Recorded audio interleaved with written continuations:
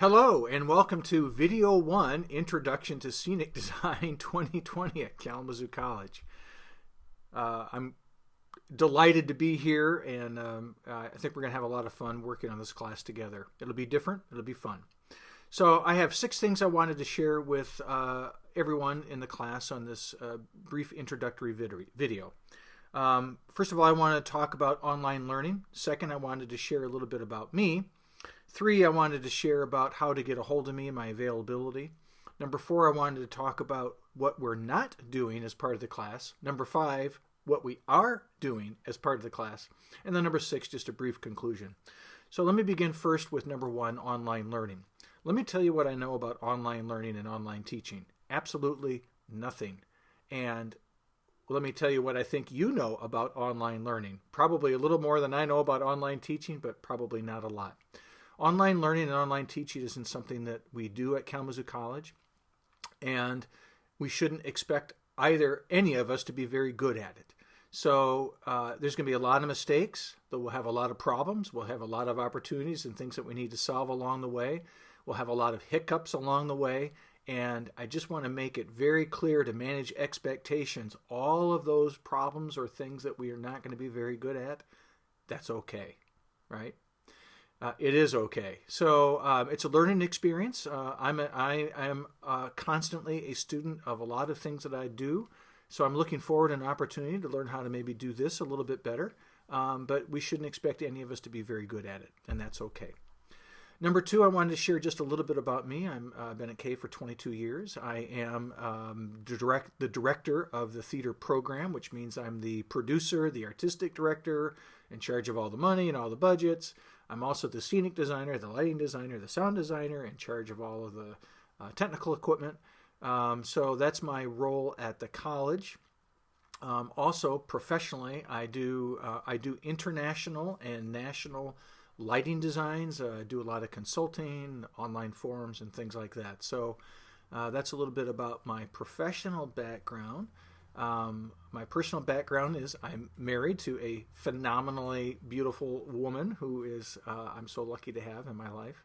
I have 3 grown children, and I have 2 golden retrievers. I also have a granddaughter. So that's a little bit about me. The third thing I wanted to just talk about is my availability. So in the email that I sent you, I gave you my Skype handle, my cell phone number, my email contact. I've set up a Microsoft Teams site, which I'll be available. I'll be online on the Microsoft Teams site every Tuesday and Thursday morning from 9:30 to 10:30.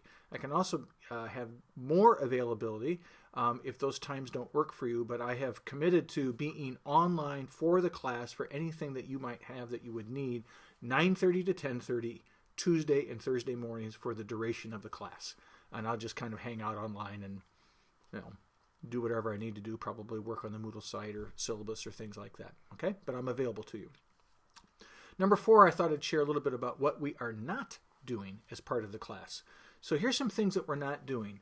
We're not going to be doing any drafting as part of the class. I thought carefully about this. We do 2 types of drafting as part of the normal face-to-face class. We do hand drafting. I have drafting paper and T-squares and parallel rules and all sorts of equipment that are available to you as a student in the design classroom. And we do that in part because part of the final exam of the class is you have to do scale drawings of the designs that you create. We don't have access to that, so we're not going to worry about that. The second kind of drafting that we do as part of the class is I have all of the students print out a set of 3D stairs using our 3D printer. And so we teach a little bit about Vectorworks or AutoCAD, which are programs that are available to you. I'm not going to do that. Some of you may be very adept at picking up Vectorworks or AutoCAD, but they are highly sophisticated and technical programs. And there's some great online tutorial videos that I can make available to you to learn those programs. But really, some one-on-one hand-holding is what I feel is the best instructional method in getting into those programs. And we're not going to do it. We're not going to worry about it. We don't need to. Okay. So we're not going to do drafting. we're not going to do our labs. So, we have 15 hours of shop labs in which students come in and we build the set, and we build the scenery, we paint the stage, and, we learn how to actually create and build a scenic design for a play. Well, we're not going to do that. The other thing that we're not going to do is we're not going to be taking any field trips together. I really enjoy taking students to some highly professional theaters that are in the area, so that you can see that just because we do things a certain way at Kalamazoo College, there's lots of ways to do and produce great work and great art and do scenic design. And so I think it's always good to get an experience of that. Well, we won't be able to be doing that. And then the last thing that we won't be doing as part of the class is we will not be doing our oral presentations, which I really wish we could do, but it's just not feasible. For the purpose of the oral presentations is to accomplish several objectives. Number one is it teaches students how to stand up in front of a group of people and speak eloquently and thoughtfully and articulately, and I think that's an important skill, a life skill to learn. Second thing it does is it actually forces you, the student, to kind of explain in a verbal way your thought process of how you understand the world of the play and what the research was that you did in order to come up with the world that you created in the play, and then explain all of that. I think all of that is super, super useful and absolutely necessary. Not just for scenic design, not just for theater, but as a basic life skill. We're not going to do that. We're just going to let that go. You'll be doing your presentations. Everything will be submitted onto the Moodle site, right? But we won't be doing any sort of group presentations, which allows me an opportunity to say that we're going to teach this class in an asynchronous way, which means that you can all come to the content and all come to the material on your time, in your time, and at your time. We will not need to be doing any synchronous learning. So in a sense, this is like one big independent study. There are due dates for materials and things like that, but you can catch as catch can. All right, so what are we doing? We're up to number 5. What are we doing in the class? We're going to be doing 3 scenic designs. We're going to be watching 3 play productions and doing production responses and production critiques on those. You're going to do 2 external designer reports, and we'll be doing a brief sketch and creating some visual morgues. So that's the basic content. The first play that we're going to do is a play called Waiting for Godot. It is a very odd play, but it's very short, and I'm picking it because you can get to it online. It's free and it's available to you at no charge, and it's what's called a unit set. So there aren't multiple scenes. There's just a space, and if you read Waiting for Godot, that'd be a great little first assignment to do.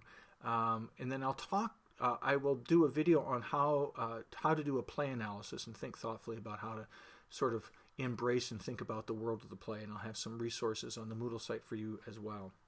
So we're up to number 6, which is a conclusion. I will put together 5-minute or less videos on all of the specific assignments for the class, and you can watch those videos, but I will also have everything available to you online in files on the Moodle site, so you can access that material or come to the material in any way that you want. Additionally, again, we can connect via phone, we can connect via text, we can connect via the Teams site, we can connect video, we can connect audio. There's a lot of different ways.